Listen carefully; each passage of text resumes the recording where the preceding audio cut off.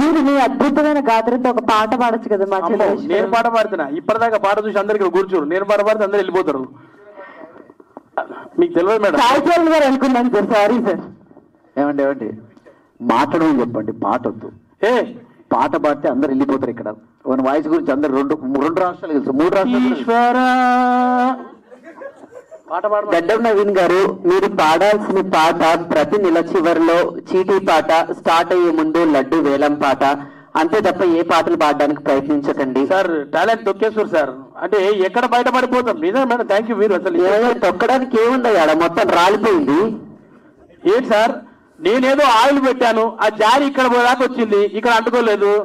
ఏదేంది పైన బట్ట కింద పొట్ట వేసుకొని ఎక్కువ మాట్లాడినా అంటే సార్. ఇప్పటికీ కాలేజ్ అమ్మాయిలు నాకు ఎస్ఎంఎస్ చేస్తుంటారు తెలుసా సార్. కాలేజ్ అమ్మాయిలు మీకు అశోక్ గారికి ఎస్ఎంఎస్ చేశారంటే ఆయన దగ్గర కంటెంట్ ఉంది కాబట్టి అర్థం చేసుకోవచ్చు. నీకెందుకు ఎస్ఎంఎస్ చేస్తున్నారు?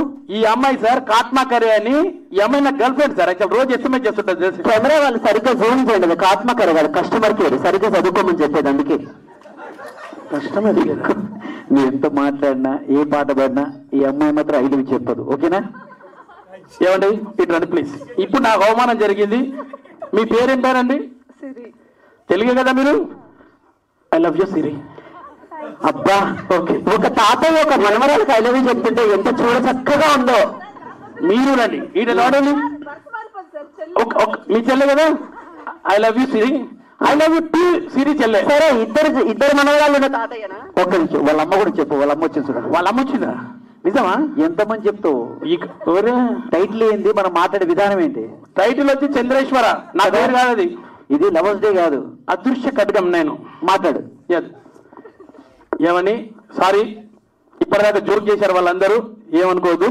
ఇక్కడ వచ్చిన పత్రికా విలేకరులకు, స్టేజ్ పైన పెద్దవాళ్ళందరూ కూడా పేరు పేరున thank you sir. Just for fun, ఏమనుకోకండి, సీరియస్ తీసుకోకండి. మా రవీంద్రాచారి గారు ఇంత మంచి ఫంక్షన్ మమ్మల్ని పిలిచినందుకు thank you sir. As a ప్రొడ్యూసర్గా మీ ఫస్ట్ పిక్చర్ రావడం అదృష్టంగా ఉంది. చంద్రేశ్వర అదృశ్య ఖడ్గం ట్రైలర్ చూస్తే నాకు అనిపించింది సార్, తమిళ సినిమా సార్ ఇది. అదే సార్, ఎందుకంటే ఈ సినిమాలో కంటెంట్ ఉంది కాబట్టి తమిళ సినిమా లాగా అనిపించింది. ఖచ్చితంగా చూడాలనిపించింది సినిమా నాకు. డెఫినెట్గా మన వాళ్ళకి ఏంటంటే మనం తెలుగులో కూడా తీస్తుంటాం కొన్ని సినిమాలు కరెక్ట్గా. ఒక్కోసారి ఈ సినిమాలో నాకు జాతర పాట తీశారు కదా, ఆ పాట చూసినప్పుడు అనిపించి కనెక్షన్ అయింది సార్ బాగా. 2 పాటలు చాలా బాగున్నాయి సార్. ట్రైలర్ కూడా బాగుంది.